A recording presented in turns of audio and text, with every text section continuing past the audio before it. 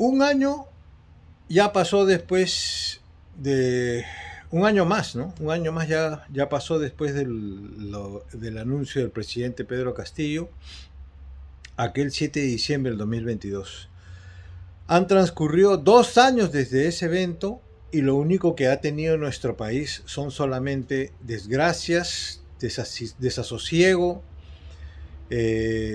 desconcierto, días aciagos, pero además desorden constitucional, desorden jurídico y la impunidad, la injusticia y los atropellos contra la Constitución, las leyes campean.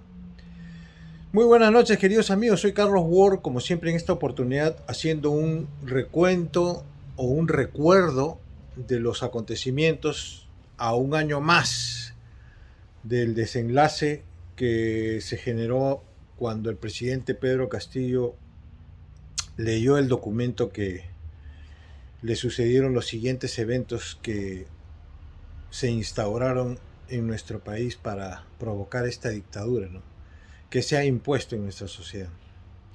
Y creo que revisar lo que sucedió en aquel día estaría de más otra vez expresar los acontecimientos, porque creo que ya es por todos conocido lo que pasó, sino que lo que trataremos de hacer ahora es analizar la consecuencia de ello.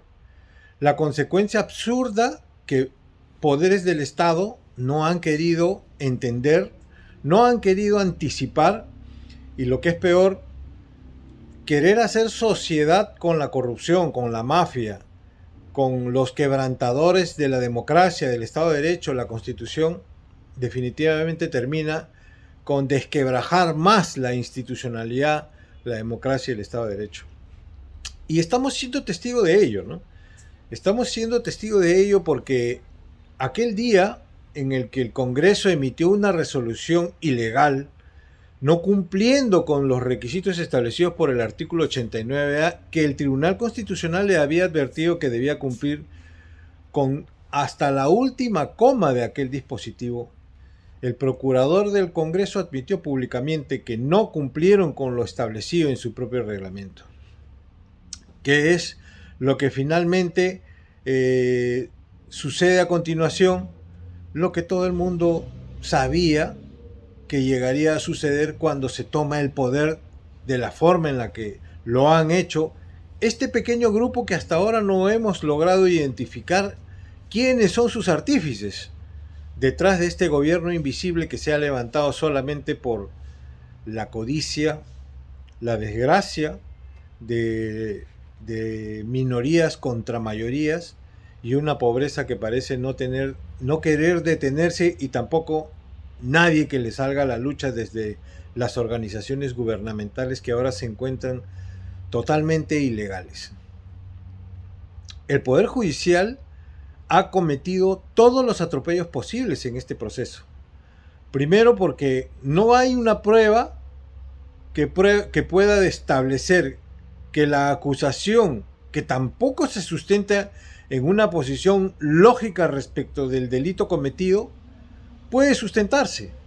O sea, no hay sustentación en la acusación, tampoco hay la prueba.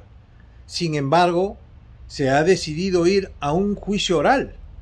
Pero adicionalmente eso, la otra pregunta que surge de inmediato es: ¿quién tiene la capacidad de llevar a cabo el proceso judicial contra un presidente en funciones? Porque el señor Sheckler no tiene esa capacidad.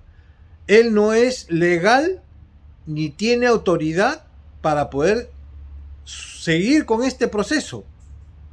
Los jueces de control, que debieron haber cuestionado la posición del fiscal al pretender ir a un juicio oral y recién en el juicio oral presentar la prueba, que hasta ahora no existe ninguna prueba porque todos fuimos testigos de la intervención del cofre que nunca debió haber sido intervenido, y que ante cámaras se vio que el presidente no tenía ningún arma para llevar a cabo el delito del que se le acusa.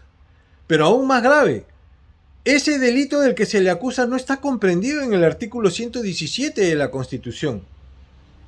Traición a la patria, cerrar Congreso, remover a los miembros de la Junta Nacional, del Jurado Nacional de Elecciones, o no convocar elecciones. En el artículo 117 no está el delito de rebelión. Por consiguiente, no se le puede aplicar, no se le puede llevar a cabo ni aperturar ningún proceso relacionado a nada que no esté directamente señalado en el artículo 117. Sin embargo, el proceso continúa y vamos a ir a juicio oral. Vamos a ir a juicio oral sin acusación, sin prueba y sin juez competente para llevar esta causa.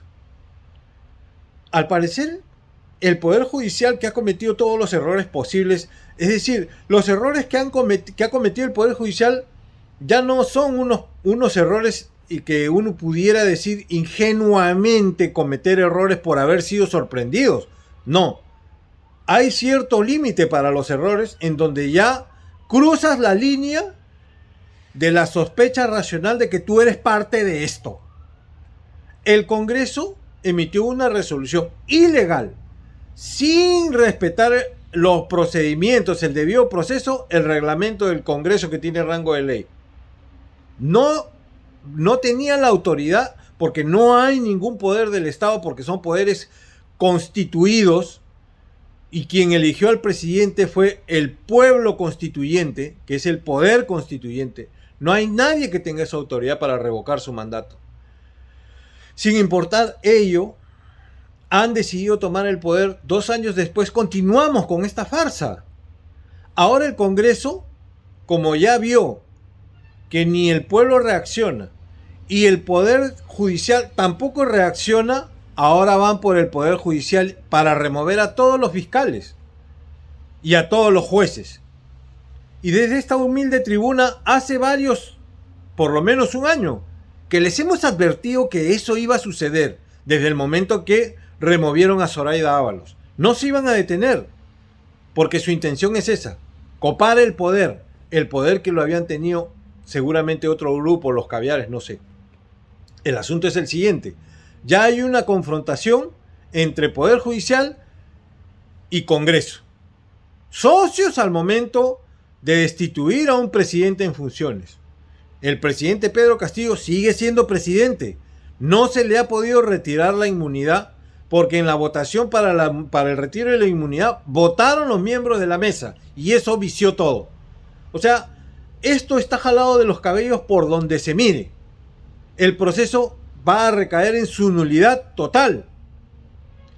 Pero tenemos aquí la gran oportunidad de revertir esta situación. Después de 2 años que ellos, los que han tomado el poder, los que manejan este gobierno invisible, que no han podido restaurar todo este quebrantamiento del orden constitucional, que ha acarreado como consecuencia una recesión económica, tienen la oportunidad de revertir esta situación. El Poder Judicial ahora tiene el poder de darle la vuelta a toda esta situación que el Congreso pretende llevar a cabo a través, primero, de la demanda de acción de amparo que hemos presentado nosotros ante una sala constitucional, donde estamos pidiendo que se anule la resolución que destituyó al presidente Pedro Castillo. Con esa situación, todo regresa al 7 de diciembre del 2022. Y nosotros nos encargaremos de la nulidad de cuanto decreto supremo de este gabinete ilegal que se formó en aquella oportunidad por esta señora que usurpó el poder, y los decretos legislativos que se aprobaron de este Congreso también ilegal, porque desde el momento en que ellos ilegalmente destituyeron a un presidente en funciones, se convirtieron en ilegales todo el aparato estatal. Creo que esa es la reflexión que hay que hacer a 2 años de lo que está viviendo nuestro país. Creo que es el momento de que el Ministerio Público deje de quejarse respecto de cómo avasallan sus funciones y empezar a abrir las carpetas de investigación preliminar contra los 101 congresistas que votaron por esa destitución ilegal, por revocar el mandato de un presidente en funciones. Ellos no tienen la autoridad. Pero además, el Ministerio Público le ha solicitado con oficio al Congreso para que les remita las mociones que sustentaron esa resolución que revocó el mandato del presidente Pedro Castillo. Y el Congreso les ha contestado que no tienen ninguna moción que la sustenta.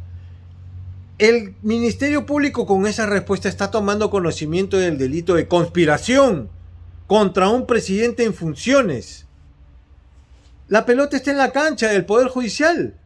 ¿Por qué se dejan avasallar? ¿Por qué no quieren accionar? Nosotros les estamos dando esta oportunidad. El país ya no aguanta más. Y en medio de todo esto, los partidos políticos que se formaron y que ahora ya no les interesa que el presidente vuelva a Palacio. No, ahora no les conviene porque van a ir y van a forzar la situación de las elecciones para el 2026. Esas elecciones serían ilegales porque van a ser convocadas por esta señora que usurpó el poder. Y si ella usurpa el poder, ¿con qué autoridad el Jurado Nacional de Elecciones va a convocar a esas elecciones o a llevar a cabo el proceso en la convocatoria que haga esta señora que usurpó el poder? Pero ¿qué es peor? Quien salga elegido va a tener la misma condición que ella. Y nosotros estamos atorados en una recesión económica porque desde el día que la señora usurpó el poder, rompió el marco jurídico. Y al romper el marco jurídico, la garantía para los contratos, convenios y concesiones ha perturbado la seguridad para que los inversionistas permitan que nuestro desarrollo económico, nuestro crecimiento económico, por lo menos ayude a impulsar un desarrollo que desde una legalidad con el presidente Pedro Castillo regresado a sus funciones, deberíamos empezar a emprender. Esa es la reflexión que se debe tener en cuenta en estos 2 años que han pasado después de los eventos de aquel día. Finalmente, el accionar del presidente Pedro Castillo puso en evidencia lo que todos ya sabíamos. Acá estamos en una organización corrupta que se maneja a través de un gobierno invisible que hace prevalecer a los candidatos y que en el caso del presidente Pedro Castillo ya no les importó ni siquiera respetar la Constitución, la ley, ni nada, solamente para prevalecer sus juramentos secretos para poder imponer esta dictadura que actualmente estamos viviendo. Finalmente, lo último que queda por decir es tener bien en claro que el presidente Pedro Castillo debe ser liberado por el pueblo constituyente, que es quien eligió a su presidente y que es quien debe liberarlo. Muchas gracias, amigo. Buenas noches.